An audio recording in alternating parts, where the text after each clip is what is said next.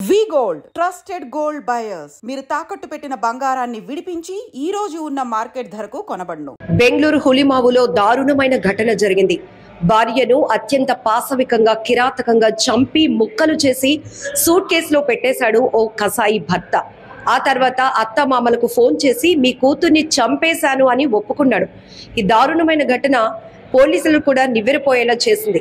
అయితే ప్రాథమికంగా దర్యాప్తు చేస్తున్నటువంటి పోలీసులు కేవలం అనుమానంతోనే భార్యను తన భర్త అయిన రాకేష్ హత్య చేసినట్లుగా పోలీసులు చెప్తున్నారు.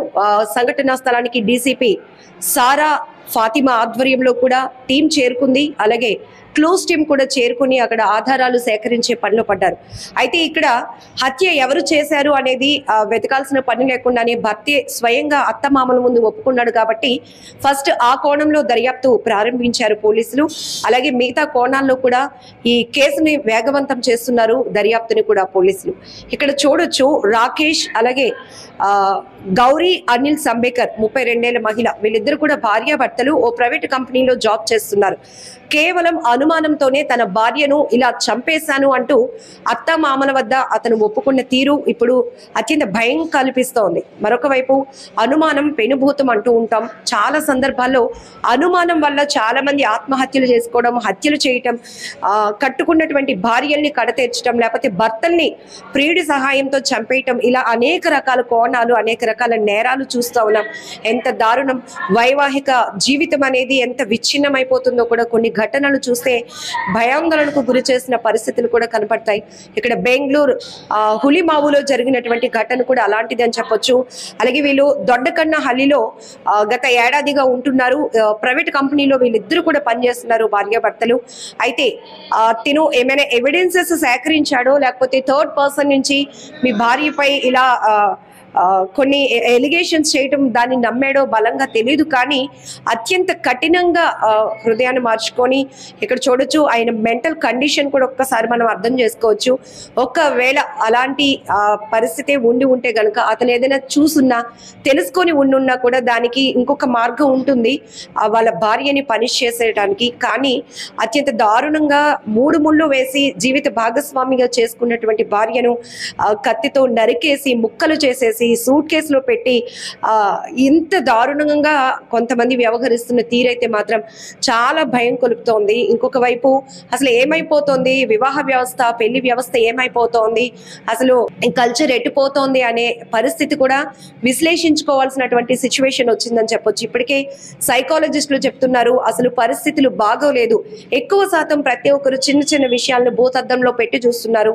ఇక భార్య భర్తల మధ్య విభేదాలకు కారణం కూడా ఒకటి మనీ అవుతుంది, 2 వివాహేతర సంబంధాలు అవుతున్నాయి, ప్రేమ కారణం అవుతోంది. ఇలాంటి వాటి వల్ల అందమైన జీవితాలు కూడా విచ్ఛిన్నమైపోతున్నాయి. కుటుంబ వ్యవస్థ అనేది పూర్తిగా పాడైపోయిన పరిస్థితికి వచ్చేస్తోంది. ఇంకొక వైపు వీళ్ళు భార్యల్ని కానీ లేకపోతే భార్యలు భర్తని హత్యలు చేసి జైలు పాలవటం, పిల్లలు అనాథలు అయిపోతూ ఉండటం, పూర్తిగా కుటుంబం అన్నది మొత్తం కొలాప్స్ అయిపోతుంది, ఆ ఫ్యామిలీ సిస్టమ్ అనేది. ఇలా రకరకాలుగా చెప్తా ఉన్నారు. కొంచెం ఒకవేళ మీకు ఏమైనా సైకాలజీ పరంగా కౌన్సిలింగ్ అవసరమైతే ఇమీడియట్ గా మీరు తేరుకోలేకపోతున్నారు ఆ సిచ్యువేషన్ నుంచి, ఆ స్ట్రెస్ మాకు ఎక్కువగా అయిపోతుంది కాబట్టి ఆ కక్ష నుంచి మేము స్కిప్ అవ్వాలి అనుకుంటున్నామని కాస్త ఆలోచన చేసి లేదంటే మానసిక నిపుణుల్ని సంప్రదించిన అక్కడ మీకు ఒక వాల్యుబుల్ సజెషన్ దొరుకుతుంది. ఇక్కడ మనం చూడొచ్చు బెంగళూరు హులిమావులో జరిగినటువంటి ఘటన. భార్యను అత్యంత కిరాతకంగా, అంటే ఇక్కడ ఒక భర్త అని చెప్పే కన్నా చాలా చోట్ల చాలా మంది విశ్లేషించేది ఇలాంటి వాళ్ళను మృగాలుగా ట్రీట్ చేయాలి. ఎందుకంటే ఒక సైకోల్లా ప్రవర్తిస్తున్నటువంటి తీరు, వీళ్ళు ఏదో మానసికమైనటువంటి సమస్యలతో బాధపడుతూ ఉండటమే ఇలాంటి పాశవికమైన నిర్ణయాలు తీసుకుంటూ చంపేస్తున్నారు. ఈవెన్ తను నా భార్య ఒకవేళ తప్పు చేస్తుంటే తినకి ఇంకొక రకంగా ట్రీట్ చేయాలి, ఇంకో రకంగా పనిష్మెంట్ ఇవ్వాలి అనే ఆలోచన లేకుండా వాళ్ళని చంపేద్దాం పూర్తిగా అనే ఆలోచనకు వెళ్తున్నారు. అంటే ఇక్కడ అర్థం చేసుకోవచ్చు ఎంత క్రూరత్వంతో వాళ్ళ మనసు నిండిపోతుంది అనేది. మెయిన్ గా ఇక్కడ చూడొచ్చు. ఇప్పుడు ఈ భర్త జైలుకు వెళ్లాల్సిందే ఖచ్చితంగా అని చెప్పొచ్చు. ఎందుకంటే ఆయనే ఒప్పుకున్నాడు కాబట్టి మీ కూతుర్ని ఇలా నేనే చంపేశాను, ముక్కలు చేసేసి సూట్ కేసులు పెట్టేశాను అని ఒప్పుకున్న తర్వాత పోలీసులు ఫస్ట్ ఆ కోణంలోనే వాళ్ళ ఇన్వెస్టిగేషన్ అనేది కంటిన్యూ అవుతోంది. ఇక్కడ డీసీపీ సారా ఫాతిమా కూడా చెప్తున్నారు, ప్రైమరీగా అందినటువంటి సమాచారం మేరకు అనుమానంతోనే ఇంట్లోనే ఈ భర్త భార్యను అత్యంత పాశవికంగా హత్య చేశాడు అని ఈ కోణంలో మేము విచారణ కొనసాగిస్తున్నాం కాబట్టి అన్ని కోణాల్లో కూడా దర్యాప్తు వేగవంతం చేస్తామని.